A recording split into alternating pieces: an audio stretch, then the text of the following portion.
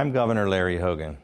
Our state is taking unprecedented and aggressive actions in the fight to stop the spread of the COVID-19 pandemic here in Maryland. As you know, I recently issued a stay-at-home directive to ensure that no Marylander leaves his or her home unless it is for an essential job or for an essential purpose. I know how difficult this is on each and every one of you. There's a great deal of fear and anxiety. And the truth is that none of us really know how bad this is going to get or how long it's going to last. But I can promise you that there are a great many dedicated people doing tremendous things, working around the clock, and doing their very best to help keep Marylanders safe. In the days to come, we're going to need to depend on each other, to look out for one another, and to take care of each other, because we are all in this together, and we will get through this together. This is the Eye on Annapolis Daily News Brief, keeping you informed about the happenings in Annapolis and the area. Local news, local sports, local events, local opinion, and of course, local weather. The Eye on Annapolis Daily News Brief starts now. Good morning. It's Wednesday, April 22nd, 2020. This is John Frenaye, and this is your Eye on Annapolis Daily News Brief. The Anne Arundel County Public Schools got some good news earlier this week. It came in the form of a $113 million federal grant to renovate Meade High School out on Fort Meade. In a release, Superintendent George Arlotto said this is the dawn of a new era for the school and its students, staff, and community. Now, the grant is provided through the Department of Defense's Office of Economic Adjustment, and it is part of a program designed to upgrade public schools located on military installations throughout the country. Anne Arundel County has also provided $28.5 million, bringing up the total cost of the project to $142.2 million. The project is estimated to be completed by the fall of 2023. The extensive renovations are going to add about 28,000 square feet of space to the school and ultimately have a capacity of 2,538 students. Currently, the school houses 2,029 students. And in other school news, U.S. News & World Report has released their ranking of Maryland schools and national schools, actually. Maryland schools as a whole came in number 4 behind Massachusetts, number 1, California, number 2, and Connecticut, number 3. And 12 Maryland schools ranked among the top 500 in the country. Breaking it down a little bit by regional areas, of the top 25 schools in the greater Baltimore area, Severna Park High School rated number 3. South River High School was down at about number 14. Chesapeake Science Point at 16. Broadneck at 18. Southern High at 21. And Arundel High at 24. The only Anne Arundel County school that placed in the top 500 for the U.S. News & World Report publication was Severna Park High School, which ranked in at number 403 in the country. So, good job, Anne Arundel County Schools. Some more disconcerting news about the Small Business Administration and the loans that they're putting out for the disaster. For the entire state of Maryland, they've only approved 462 of the EIDL, which is the Economic Injury Disaster Loans, totaling only $105.3 million. That's estimated to be 1% of the estimated 600,000 small businesses in Maryland. Nationally, the SBA approved 26,919 loans, worth a total of $5.57 billion. But there is still some hope. Yesterday afternoon, a $483 billion coronavirus aid package flew through the Senate. It is going to the House on Thursday and is expected to be signed by President Trump later on this week. $331 billion of that will go into the Small Business Payroll Loan Program, which is the PPP program that ran out of money last week. An additional $75 billion would be given up to hospitals, $25 billion for testing. And somewhat disappointing in this is that the $500 billion that Governor Hogan had requested on behalf of all of the governors of the United States was missing from that package. Both sides of Congress said that more aid is going to likely be needed in the next bill, but in the coronavirus press conference yesterday, Treasury Secretary Steve Mnuchin said it's not likely to get another round as restrictions are starting to be lifted. Yesterday in a press call with the county officials, the Capitol asked about the number of cases in nursing homes throughout the county, and Dr. Callan Arman was a little bit vague, saying that he was waiting on the state to figure out exactly how they wanted to message that. But I'll tell you, man, the Capitol dug deep in this one, and they found out that in Gambrills, the Wag Chapel Center, which is operated by Genesis Healthcare, has had 3 residents die of COVID-19. with 26 residents and 11 employees still testing positive. Genesis Healthcare does operate 3 other facilities in the county. The Severna Park location has 3 cases, and the 2 others that don't have any cases are on Hammonds Lane in Brooklyn and the Spa Creek Center here in Annapolis. Genesis was also the operator of the Loch Raven Center in Parkville up in Baltimore County, where 70 residents were diagnosed and 4 residents have died. Good job on the Capitol on sniffing that one out. All told, Maryland right now is reporting 14,193 confirmed cases, and Anne Arundel County's total is up to 1,157. We are waiting for news a little bit later this week on Governor Hogan on his plans on reopening the economy and the state, so you want to make sure you're keeping your ear open for that. All right, that does it for the news today. Please make sure you're checking out eyeonannapolis.net throughout the day, because we'll have updates on these stories and more throughout the day.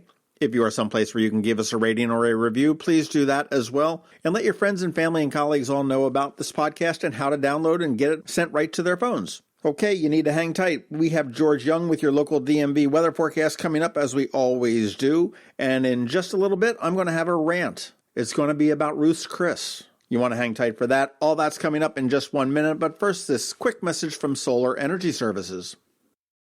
Hello, Marylanders. This is Rick Peters from Solar Energy Services in Millersville, Maryland, wishing you good health and a rapid return to prosperity. Uncertainty is one of the hardest parts of our current situation. As we move towards our new normal, you may want to consider adding more certainty to your financial future by locking in the low cost of clean solar energy. The economics of solar are tremendous, and there's no better source than a trusted team at Solar Energy Services. Residential solar projects typically earn the homeowner 8 to 12% annually over the life of the system, with even better returns for commercial systems. If you have some downtime now, take advantage of our powerful remote design capabilities, allowing one of our experienced solar designers to provide a presentation, followed by a detailed, accurate proposal, all from a safe distance. Call us today at 410-923-6090 or visit us at solarsaves.net. Sunshine's a wasted, but together we'll get through this. Sunshine, sunshine, nothing else can make me feel so fine. Going out? You need the most up-to-date local weather. Here's George Young from DMV Weather in Annapolis with today's forecast. Hey everyone, this is George with DMV Weather, and this is your Eye on Annapolis forecast for Wednesday, April 22nd. Yesterday worked out pretty well on the whole for the Annapolis region, with minimal showers and storm activity with a cold front moving through from the west, though the eastern shore did see some severe storms move through in the early to mid-PM hours, which were followed by gusty winds for all as some late sunshine broke out across the region. And gusty winds and sunshine will be the theme of the day today, with temps near 60 and winds frequently gusting over 20 miles per hour much of the day after a cold start this morning, with temps in the 20s and 30s, with wind chills in the 20s for many. Then another rain threat returns to the Annapolis region in the PM hours Thursday, and that will last into the PM hours on Friday, with the potential for 1 inch or more of rain to fall over the 24-plus hour period, with highs in the 60s both Thursday and Friday. As for the weekend, rain chances will linger both days, with unsettled skies bringing plenty of clouds and a daily chance of showers, with highs again in the low to mid-60s. So enjoy the sunshine today and get the umbrella ready once again for more wet skies tomorrow through Sunday or even into Monday. Okay, that's it for today. This is George Young of DMV Weather. Make it a great day out there. Stay healthy and be safe. And be sure to get our free app on all of your devices by searching DC MDVA Weather in the Apple or Google App Stores. And also be sure to follow us on Facebook and Twitter and use our website at dmvweather.com so you can always stay weather informed. Hi, this is Brian Griffiths, the founder of Maryland Podcast Month. Maryland Podcast Month was founded in 2018 to draw attention to all of the great podcasts and podcasters here in Maryland. And during this time of social distancing, there is no better time to start learning more about locally produced podcasts. Shows like my podcast, Red Maryland Radio, Eye on Annapolis, the Conduit Street Podcast, JB's Drive-In Podcast, the Maryland Crabs, Quality Time, the Society Fringe Players, and more are still putting out fresh content. Visit MarylandPodcastMonth.com to learn more about these great Maryland podcasts. That's MarylandPodcastMonth.com. And we thank you for your support of local content. So many different stories in the news, and everyone has an opinion. Here's ours. Did you hear the one about Ruth's Chris, Steak Shack, and Potbelly? They all got huge PPP money from the bailout? Well, okay, Steak Shack returned their millions, but doesn't it piss you off? It does me, but not enough to boycott Ruth's Chris or Potbelly. And here's why. Our local Ruth's Chris or Potbelly will never see a dime of that money. They are franchises. Every month, they either pay a fee or a royalty of sales to the franchisor, in this case, Ruth's Chris Corporate, for the rights to use the name and the branding, and so forth. Ruth's Chris Baltimore, Odenton, and Annapolis, as well as several others, are owned by a local resident, Steve DeCastro, and his company, Big Steaks. He pays local taxes, he shops locally, he hires local people to work in his local stores who spend their money locally.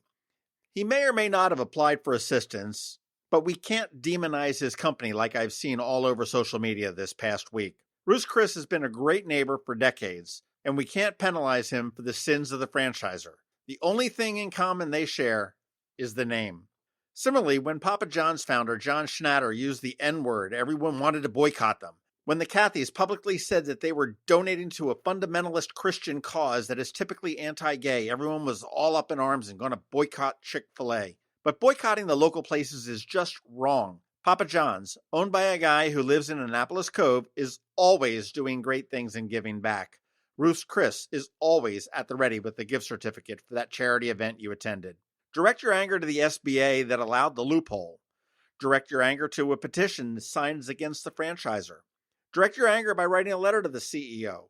Let Steve DeCastro worry about surviving and reopening.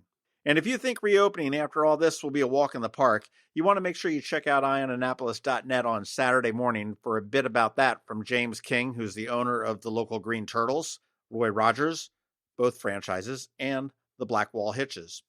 But for crying out loud, don't boycott them. All that does is make it that much harder for them to open up again on the back end of this, and it costs our friends and our neighbors their jobs. And that's what I'm thinking today.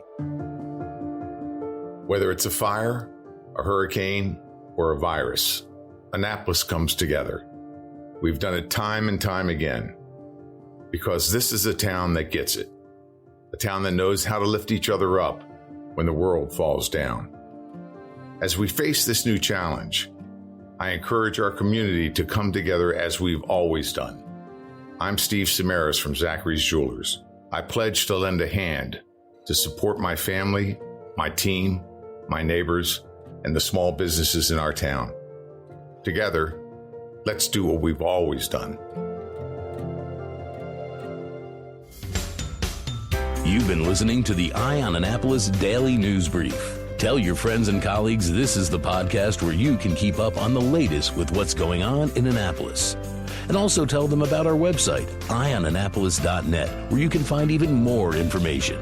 This podcast comes to you every Monday through Friday at 7 a.m., keeping you informed with the Eye on Annapolis Daily News Brief. And take a moment to listen to our other podcast, The Maryland Crabs, released every Thursday at noon.